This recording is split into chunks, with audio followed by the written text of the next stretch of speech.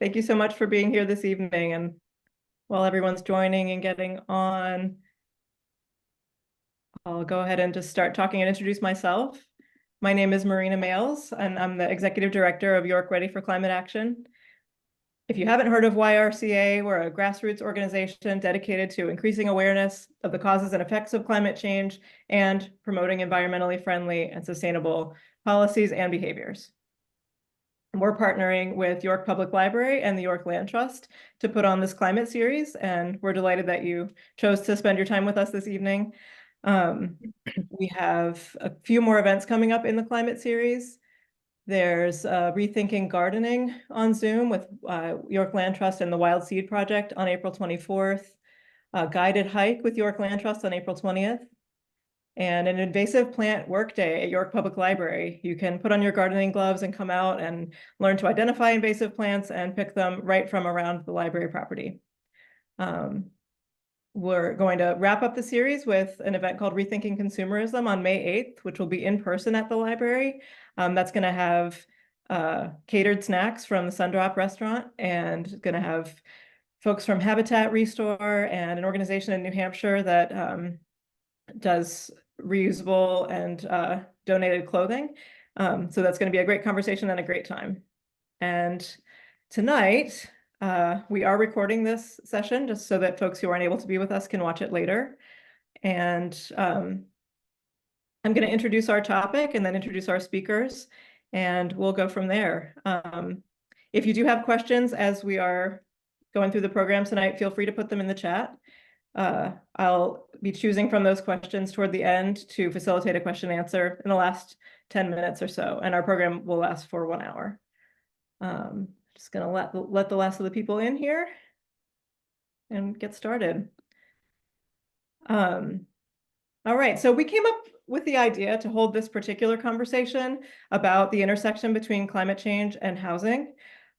Because the housing shortage is such a major issue in York, housing affordability is such a problem, and the climate action plan in York and the work of York Ready for Climate Action really emphasize reducing overall emissions of the town by reducing emissions from single-family homes. And there are many, many places where issues about housing and issues about climate intersect. For example, for low-income residents, the housing crisis, it's really hard, as does the climate crisis.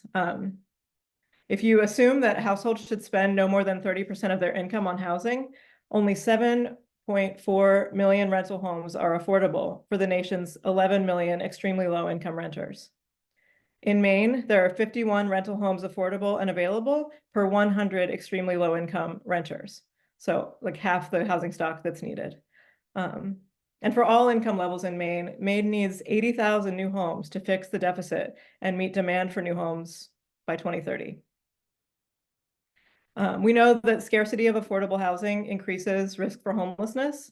And we know that if you are unhoused, living outside in a world that's experiencing the climate crisis, you're vulnerable to extreme heat, you're more vulnerable to storms, and it's just a lot less safe. But luckily, plenty of groups are trying to take on this problem, and both problems at once, in fact. For our part, York Ready for Climate Action addresses both issues primarily through our Energy Coach program, which sends volunteers out into the community to help residents work on increasing efficiency in their home and lowering emissions, also saving them money and increasing comfort in the process. In my previous work with a small national organization called the Climate Mobilization, we worked with a little group of activists in Acton, Massachusetts called Housing and Climate Justice for Acton. And that was a group of condo renters and apartment renters who had gotten together to demand better conditions, fixing mold problems and longstanding issues in their buildings, but also to demand things like recycling access for their buildings and electric car charging for their condominiums or their apartment buildings, and other, efficiency kind of upgrades that were needed to the buildings. So they're directly asking their landlords for both of those things at once. Housing undersupply is a national problem. Housing has been underbuilt for years. There's been several articles in the New York Times and Washington Post about that recently. It's so important that when new housing is built, that it gets built in a smart way and in an efficient way. And our two speakers are here to talk to us tonight about some ideas for what that would look like. I'll introduce our speakers. We have Amber Harrison with us. Amber works for YCSA, joined in January of 2023 as the Housing Innovation Manager. She has worked for the last decade for the town of York as the Director of Code Enforcement and the Local Health Officer. Amber's varied experience included implementing ordinances on land use and development, as well as collaborating with town leaders, businesses, and social services to perform health officer duties, often with those most in need in our community. She looks forward to continuing in that health officer role for the community while creating and advocating for an increase in affordable housing in Southern Maine. Our other speaker is Rozanna Patane. Rozanna Patane is program manager of the Energy Coaches that I was mentioning earlier and a board member of York Ready for Climate Action. She is a member of the Maine Climate Council Buildings, Infrastructure, and Housing Working Group and a retired financial advisor. Rozanna served for 10 years on York's Municipal Energy Steering Committee. Under her leadership, the committee oversaw a number of major projects that reduce carbon emissions and save money in the municipal budget, such as the solar installation on the York Beach Fire Station and Keep York Warm, which was a weatherization project for York's low-income households. The installation of LED streetlights that was spearheaded by that committee continues to save over $120,000 a year for the town. Co-housing had appealed to Rozanna as a fulfilling way to live, a way to return to the elements of a traditional village in today's sometimes alienating world by intentionally combining cooperation and a sense of community with independence and privacy. After extensive research, Rozanna and two partners launched a project to build a co-housing community in Mid-Coast Maine. With much hard work, the project appeared to be making progress when COVID intervened and took it off the rails. This dream lives on, however, and Rozanna's here to speak with us about all the things that she learned through that process this evening.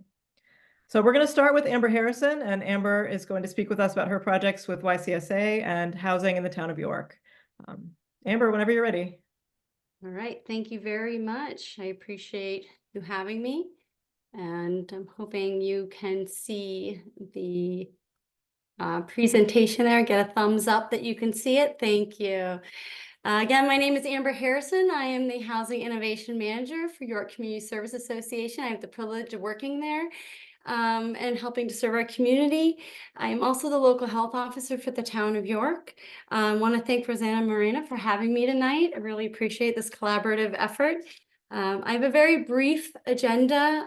Hopefully we can get to the Q&A because that's where the good stuff is. We can find out what's going on in the community and what you'd like to see.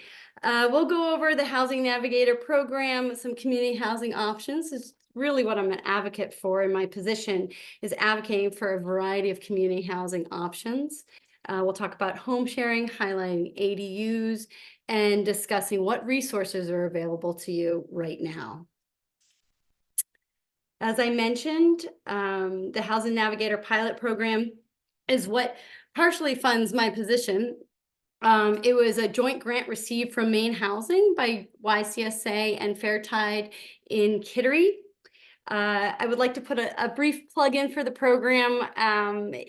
Part of the program is a landlord incentive program that offers up to $2,000 for folks who are interested in joining our program and leasing with us for a housing voucher program participant.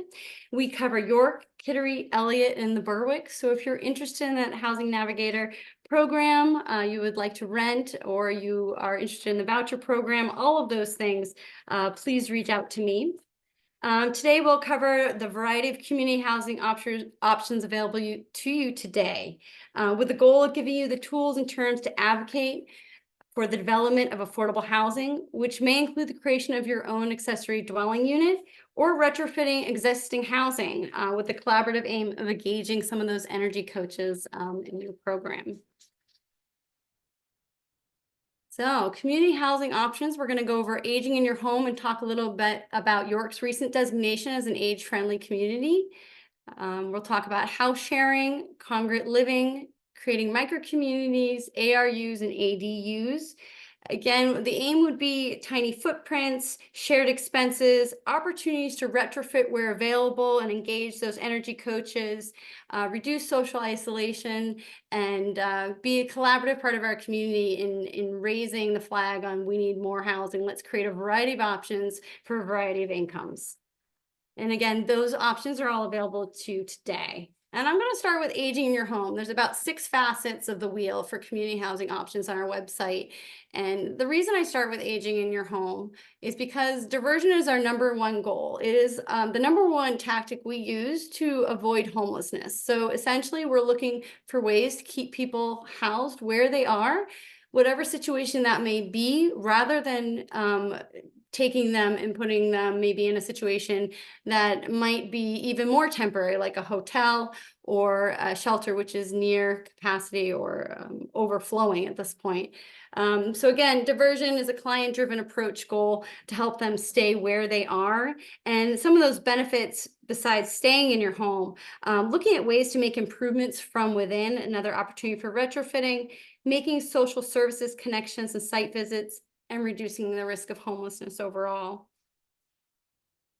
Aging in your home is one of the main goals of Age-Friendly York. And again, I bring that up because we recently, in November of 2023, became designated one of AARP's age-friendly communities. It's a network, a nationwide network that provides resources and allows us to address some of those challenges that older adults have in our community.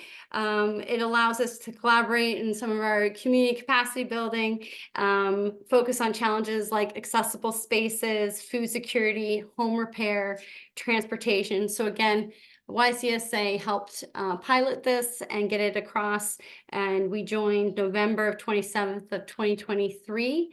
The reason I talk about aging in your home is because York is an aging community, aging county. We have very high demographics here for 65 plus. I share these quick slides from Patricia O from UMaine Center on Aging. They're from the recent census to highlight aging York. On this slide, I just want to point out that 36% of those are living alone. And on the left side, you'll see 85% of those have 3-bedroom houses. So there's opportunity there and maybe some vacancy that could be utilized. On this last slide, just wanted to quickly point out that the highest percentage share of those expenses are on housing. I think Marina also pointed that out earlier. So house sharing, that is one of the ways that you can reduce your expenses, reduce your footprint, stay where you are. This is an opportunity for folks to live together and share those expenses, and maybe a little bit more by reducing their social isolation and increasing their ability to get around, maybe with some kind of program like Nesterly. And some of you may have heard that Nesterly just recently got a contract with Maine Housing. They are a nationally recognized corporation. They offer support services and guidance to link homeowners with rooms for rent with those interested renters. They really look to create those mutually beneficial relationships. They do the background checks. They work on rapid rehousing, a lot like Vermont Home Share Program. But this is a program that YCSA and AARP are working closely with and advocating for folks maybe to use some of those extra bedrooms to house someone. And again, there is a training coming up I wanted to share with folks if they're interested. It's going to be on Wednesday, May 15th from 3 to 4:30. And this is a training to learn more about Nesterly, what the services that they offer. And then you're going to hear from some folks who have actually rented their homes to folks and in the community. And this is a new contract that Maine Housing recently signed. So I invite folks, you don't have to be over 65 to join. And it's an opportunity where if you have an extra bedroom and maybe you are unable to shovel the driveway or our trash is really heavy or groceries are heavy to lift, maybe you can have an agreement with your renter in exchange for a reduced rate to have some of those activities done for you. So it goes a step beyond just simply renting, and it creates, again, that mutually beneficial shared living experience for folks. And I want to highlight that program and the training that will be coming up shortly.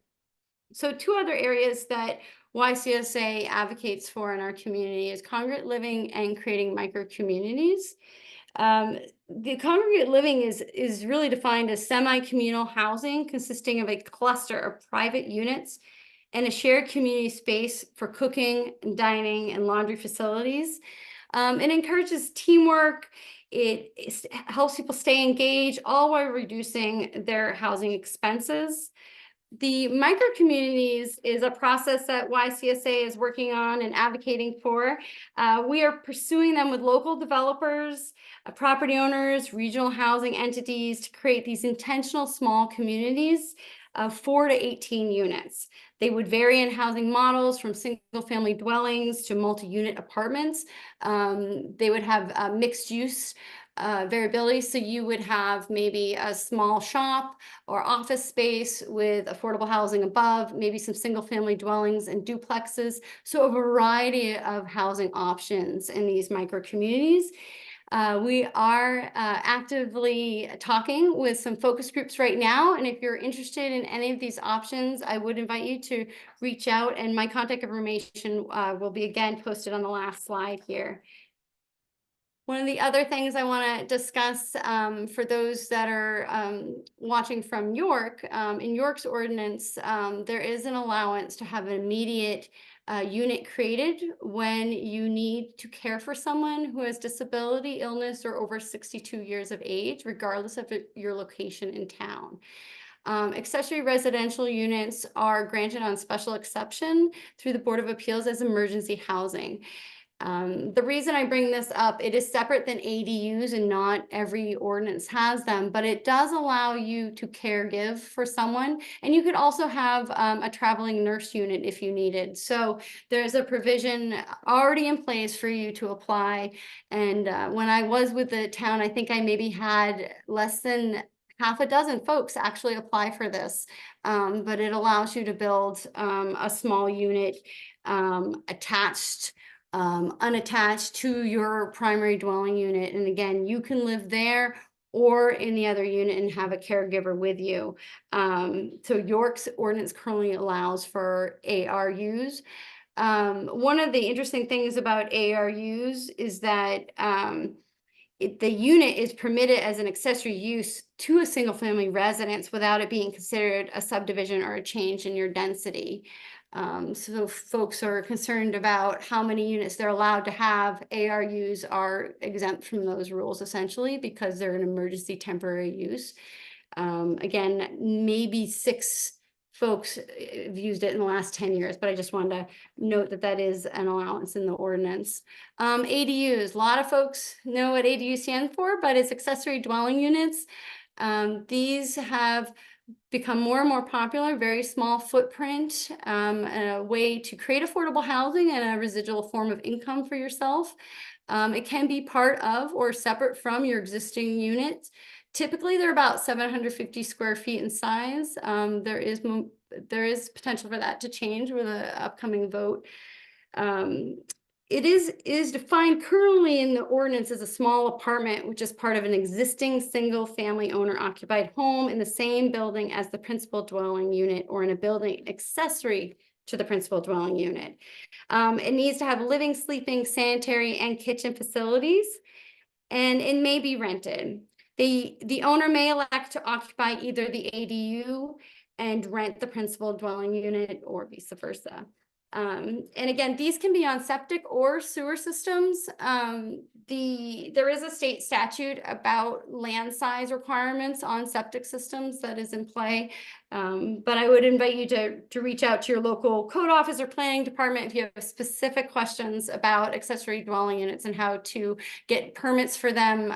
Every ordinance is slightly different. So I just want to highlight that calling your local code office or your planning department is really the first step with any of these. I offer consultations to talk about folks' properties and what they can do with regards to creating units and working with us on rentals. But when it comes down to the very specifics of your property and getting a permit, I really want to encourage people to work with their local planners and code enforcement officers to specifically define what they're allowed to do on their lot.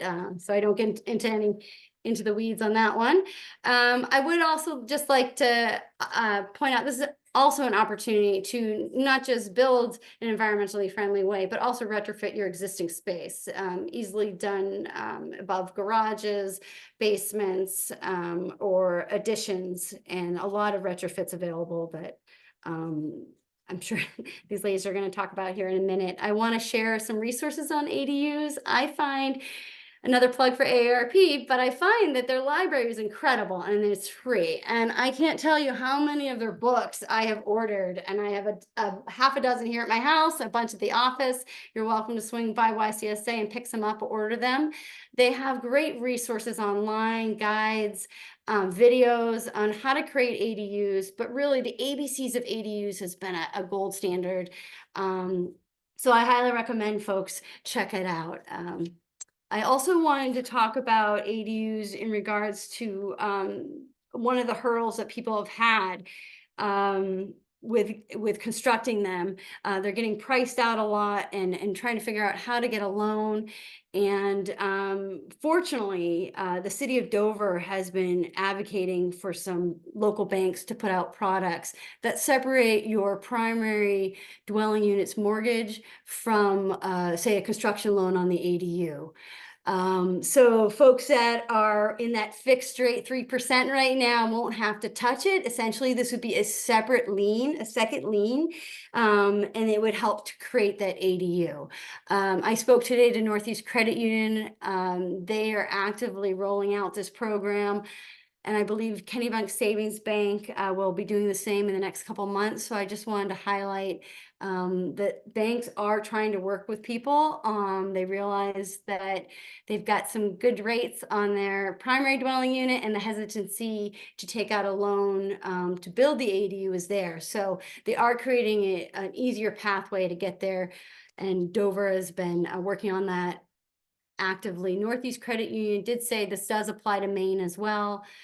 So I invite you to give them a call and learn more about that. Right next door in Kittery, they have a great accessory dwelling unit program, partially funded through ARPA funds, but they have a grant program and it's pretty unique. I've been plugging this for the last year at the town manager's office here in York, and I'm hoping it'll come to fruition shortly. But essentially, they have a grant program. It is income eligible, but if you create an ADU and you rent it for a couple of years to someone with some income restrictions, they will help you with $75,000, no strings attached on that as far as needing to pay it back. That deadline is coming up May 1st, and I would invite you to reach out to their planning department, their code department to learn more about that. But I just wanted to share in case you know anyone who is interested in doing that program in Kittery or would like to advocate it in York or anywhere else. So please learn about it. Kendra there, the town manager, is fantastic at speaking about these things. And so she spoke at one of my housing webinars last summer about this topic, and that is on our website as well. Again, ADUs is just a great way to earn additional income and create some affordable housing for everybody. When it comes to what are the options in town, I wanted to highlight just two recent construction projects that were finished. York Housing just finished the Morehouse, or sorry, I shouldn't say finished, is still working on the Morehouse. I think it's phase 3 now, right on Route 1. So I invite you to reach out to Fiona there. And then also Yorktown Crossing is now accepting applications as well. This is workforce affordable housing units, and Tracy McCarty gave us a tour. Studio, 1 bedroom, 2 bedrooms. I think there are 63 units total, right next to Hannaford's. And again, I would invite you to reach out to them. I believe some of the conditions include, one of the residents would need to work full-time, within 10 miles, I believe, of the community. But please reach out to Tracy, for the details and, to get a tour. They're beautiful. They've done a great job with those. So I just wanted to highlight those. I have a ton of housing related resources to share. This is also on my slides as well that I'll share with everyone in our website. But if you can't get in touch with anyone here, please let me know. I'd be happy to put you in touch. And I just want to say thank you very much to everybody for having me. You know, York Housing or York Community Service Association really is looking forward to hearing from the community on what their needs are so we can help create those variety of options. We really want to advocate for different types of housing. And we want to see how we can help with those resources. And some of the questions that come in, if they are really specific, I will say, let's have a consultation. So here's my information and reach out if you're interested. If you're in the area, one of those 5 towns that I mentioned, please reach out and I'd be happy to chat a little bit more about your property and how you can be a landlord, how you can create another source of income, and how you can create maybe a rental property here in town. So thank you very much, Marina and Rosanna. I will stop there and happy to answer any questions at the end. Thank you. Thank you, Amber. That was really great. That's such good information. I have a couple of follow-up questions. You mentioned the Nesterly training. Yes. How do folks sign up for that? You can, a couple different ways. You can certainly go to nesterly.com. You can go to UMaine, Council on Aging. You can reach out to me and email me and I will send you the link to register.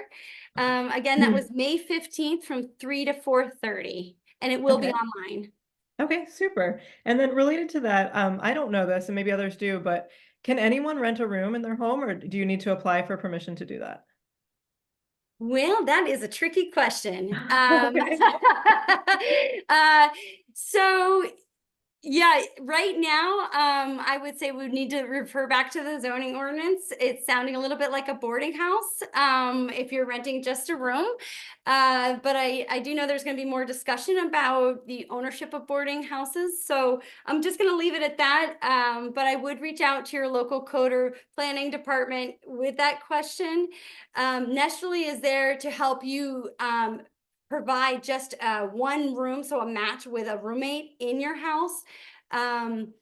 When it comes to like Airbnb, like your entire house, that would be, you know, a separate entity that I'd say code or planning, but just a bedroom to share is what is Nesterly's goal, is to share those. And that's not considered a boarding house, just sharing the house. No. I see. Okay, that makes sense. Thank you. And then we have a question in the chat from Scott Brown. What is the time frame for an ARU? So I'm just looking to see. So an ARU, I guess I'm wondering the time frame, meaning allowed to have. You're allowed to have an ARU as long as that person that you're caregiving is living with you, and once they move out or pass on, you are supposed to remove the ADU or ARU, excuse me. Typically, people stub the plumbing in the wall, or they have another caregiver or another person live with them who has a disability or another family member move in.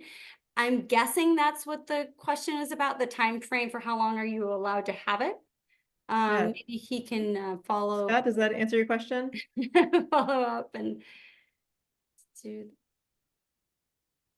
I'm not hearing from him, so. And the reason I just talk about ARUs briefly is because it is an immediate need for folks to create that in emergency situations. And there is an avenue for it regardless of where you're located. Accessory dwelling units in York still need to meet the shoreline zoning requirements. And I don't want to get into the weeds, but ARUs would be exempt from them. They would allow you to provide a nurses or caregiver unit immediately once you go through the proper channels. Okay, great. And Scott says that was perfect. That was the answer to his question. And Kiki Tidwell is putting some information about ADUs into the chat for us as well. Fantastic. Amber, thank you so much. That was really good information. And if you have more questions for Amber, we may have some time at the end as well, so keep putting them in the chat. Thank you so much. But yeah, Rozanna, I'll hand it over to you. Want to talk to us about co-housing, please? Hi, everyone. Thank you for having me tonight. If you can put the slides up, Marina, that would be great. So I'm here tonight to talk about co-housing. And before I start, I want to say two things. One is you might hear some munching by my side. That's my dog Penny, who has decided that I'm on the phone or I'm on a Zoom, so it's time to bug me. So I'm feeding her on the side while I'm talking. And the other thing is anybody here who decides to pursue an ADU and is interested in how to do an energy retrofit of that unit, feel free to call the energy coaches. Go to our website, yorkreadyforclimateaction.org, and there's a big energy coach button. You can get in touch with us that way. We'd be happy to give you some free help thinking through that process of an energy retrofit. So co-housing. Co-housing is a form of the collaborative housing that Amber mentioned. The one distinguishing factor with co-housing is that it's self-developed, wouldn't you know it? Meaning that it's not developed, it's not built by a professional developer. The people who live there, the residents themselves plan it, they put it together, they build it, and they manage it on an ongoing basis. So it's really the ultimate form of collaborative democracy in running a community. The idea is that it is a community that's intentionally built to encourage interaction among residents, and by sharing indoor and outdoor spaces. This is a collection of individual homes. They can be single family, duplexes, or more. And there's also some very important shared space.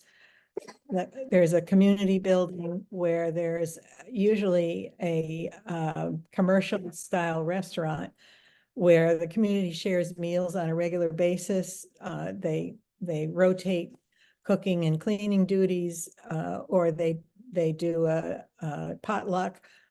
And the homes are very closely placed together. So they're clustered in a small area. So there is a lot of very natural interaction just by walking around and leaving your home or coming back home. There's usually a common area for parking. So you're not driving into your own garage typically and closing yourself off from the rest of the community. So you can scroll down, Marina. The question that lots of people have about co-housing is if this is a condo association, which it often is, except that it's not managed professionally by another organization, that people manage it themselves, how do people get along? And it turns out that's a big feature of a co-housing community. Self-government is an art that has been developed gradually over many years, first in Europe and now in the States. And there are people who actually train groups of people, co-housing folks, in the rules of the road of sociocracy is what it's called, which is cooperative self-government. And the community establishes these rules, and everybody makes a commitment to follow the rules. And the rules are all intended to be mutually supportive of all of the community members. So there is accountability because we have the rules, and part of following the rules involves empathy for each other, because we live together, we see each other all the time, we understand that we all struggle to some degree, and that the whole idea of co-housing is to help each other. We all yearn to belong to a family, to a community, to the world. And in today's world where we tend to be isolated from each other, co-housing is kind of a return to the traditional old-fashioned neighborhoods, where interactions with your neighbors, casual and planned, happen all the time. So you have a sense of connection to the people around you in the neighborhood. The other feature of co-housing communities very frequently is that they tend to be more affordable for a few reasons. Number one, because they are not commercially developed. Usually the organization that is formed by residents to develop the community is a nonprofit. So the profit element in the cost structure is removed. And there's often just a personal commitment to providing affordable housing. So very often there are partnerships with housing organizations. And I'll say a little bit more about that when I get to the next slide. The other element that you see at the bottom of this slide is sustainability. And that means that because you're developing a whole community from scratch, you have the opportunity to think about how you can be self-sustaining in your energy, and you can design in clean energy as much as it's available. And that can be a cost-saving factor on an ongoing basis, and sometimes upfront too. So, okay, next slide. We have some existing co-housing communities in Maine. One very well-established one is in Brunswick. It's called 2 Echo. And you wouldn't know that it's a co-housing community when you drove into it, particularly. It's a loop, which is very often part of a co-housing design, with houses around the loop. So every time you walk out your front door, you're walking onto a path. It's not a road, it's a path, and you're gonna be walking past a neighbor's house no matter where you go. And if you're heading to the parking lot, then you're going to also walk past the community house. And in Belfast, Belfast co-housing has been there now for some time. That is an eco village, meaning that it was designed to be very low carbon profile. The fellows who started GoLab and GoLogic in Maine, which are companies that are concerned with eco-friendly housing design, they're the ones who developed the designs for Belfast co-housing. And it's been around now for some time, I think well over a decade. It started off rocky. It was a rough beginning for a number of reasons, financially, as well as other reasons. But it's very well established now, very well known. And then there are lots of co-housing communities in other states in the US. Vermont has 9. It's really a leader in the US in so many ways, including in a co-housing living model and in carbon reduction and environmental concerns. And then I wanted to talk a little bit about the co-housing community that I was involved in Camden. That was called Sagamore Farm. And What that was a proposal to the town of Camden to build 30 to 40 units of co-housing on a 74-acre parcel that the town owned and didn't know what to do with. It was a beautiful parcel near Mount Batty. And they had been given the parcel many decades ago, had never been able to decide what to do with it. And when they met up with us and knew what we were thinking about, we were looking for a site for a co-housing organization, a community in the mid-coast. They talked to us about the possibility of Sagamore Farm. So we invested a lot of time. We hired a professional development consultant and a local architect, a local lawyer, a local engineering firm. We had the site examined. There were a couple of vernal pools on it, and the DEP came out and told us which ones we had to be careful of and which ones we could ignore by their rules. And we developed a design that was intended to combine all of the issues that we were so passionate about, providing reasonable housing, reasonably cost housing for a variety of residents, all kinds of household styles, and income levels and age brackets. So it was a combination of market price and workforce affordable housing priced buildings, some single family, some duplex. I think we had one 4-unit design. And the idea was to offer a basic design, what we called a production house. We would build, I think it was 15 units, if I remember correctly, of 3 different basic styles, so that the buyer had very little changes that they could choose. So you bought a basic model, and then if you wanted to make changes to it, it would be something that you did after you owned the building.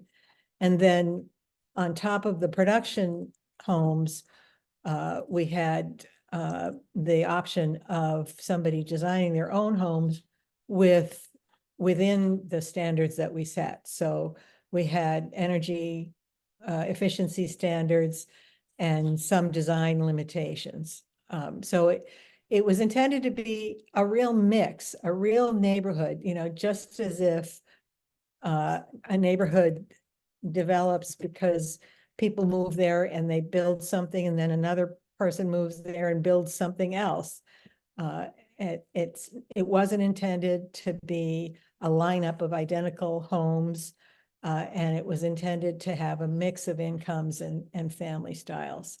And the plan also was to create a lot of connections with the greater community. We spent a lot of time talking to people in the Camden, Rockland, Belfast area about what kinds of needs the community residents had. And for example, one thing we found was there were a lot of small food manufacturers, jams and jellies and that sort of thing, who needed access to a commercial kitchen all year round. They could find some access in the winter season, but in the summer season, of course, restaurants were open, so they lost their access. So our plan was to make our community kitchen available to small food manufacturers in the community. And our barn was going to hold a tool lending library, which was something else that many homeowners that we encountered said they would like. The total parcel was 74 acres big. A very important feature of our plan was to concentrate the 30 to 40 houses on 7 of those acres. So the vast majority of that wild parcel was going to stay wild. There were a lot of walking trails on it already. The plan was to preserve those walking trails and actually improve them in a few cases. And just a note, most of these homes are designed to be smaller than your average home because the community house holds guest rooms. So if your family is visiting, you don't need to have 4 bedrooms in your own home for the twice a year when your family shows up, because they can sleep in the community house. So the homes themselves were smaller, and that also helped to keep the costs down. And as I mentioned, we were building them to net zero standards, or as close as feasible. Our architect was prepared to do that. At the time we designed this project, building costs were at about $250 a square foot. They're closer to $350 per square foot now, and sometimes higher. So the cost then, we estimated that the average 1,000 square foot home would cost a little under $400,000. Was actually quite a lot under $400,000. Today, it would probably cost in excess of $400,000. So that would be the market price. But we had discussed financing, actually funding, with Maine Housing. They have a forgivable loan program for affordable housing units. And that was our plan, to avail ourselves of that program that would underwrite a portion of the cost of the affordable units, so we could keep those units about $100,000 less than the market rate units. And we did have a collaborative arrangement with Habitat, who would help us build some of those units for families in the income brackets of less than 80% of the area median income. So we had the financing lined up, and the design's done, and then COVID came around and everybody threw their hands up and said, oh my gosh, we can't deal with something so complicated right now. The town of Camden had a staff of 2 in the town office, and the town manager decided right about then to take a pregnancy leave. So, so that was the end of that project, and my heart is still broken. And that's it. Thank you, Rozanna. I do want to say, if we go to the very top of the slides, Marina, there is a lot of very well-informed help out there from cohousing.org and from the Foundation for Intentional Community. That's cohousing.org and ic.org. So feel free to avail yourself of that information. They have seminars, they have videos, they have in-person consultations. The science of developing a co-housing community and managing a co-housing community is well advanced at this point in this country. It came from Europe. It took us a while in the US to catch on, but there is a lot of expertise out there.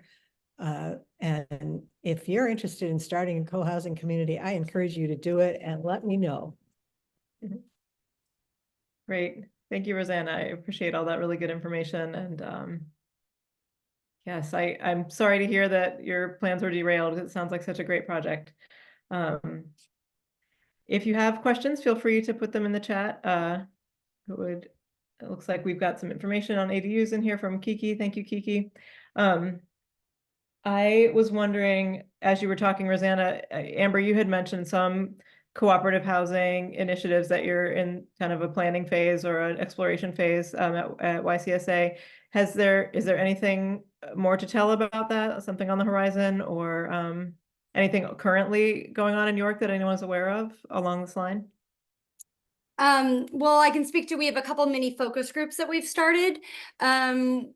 we found with speaking with a lot of older adults in York, not just living alone, maybe struggling struggling with making their payments, whether it be taxes or anything like that, that the shared housing feature, kind of almost like a congregate living, I don't want to say sorority house, but something where you share, you have that communal feel to it, is really what we're looking for. And it feels a lot like co-housing in that intentional nature of it. And it's a lot about matching people and relationships. And so that takes a little time. And I think between that and Nesterly coming on board and being kind of a nationally recognized program to maybe fill some of those vacancies within people's houses, those individual rooms, they don't have to do it for a full year with Nesterly. They could even do it for a seasonal period. Maybe it's just the winter time that they need assistance.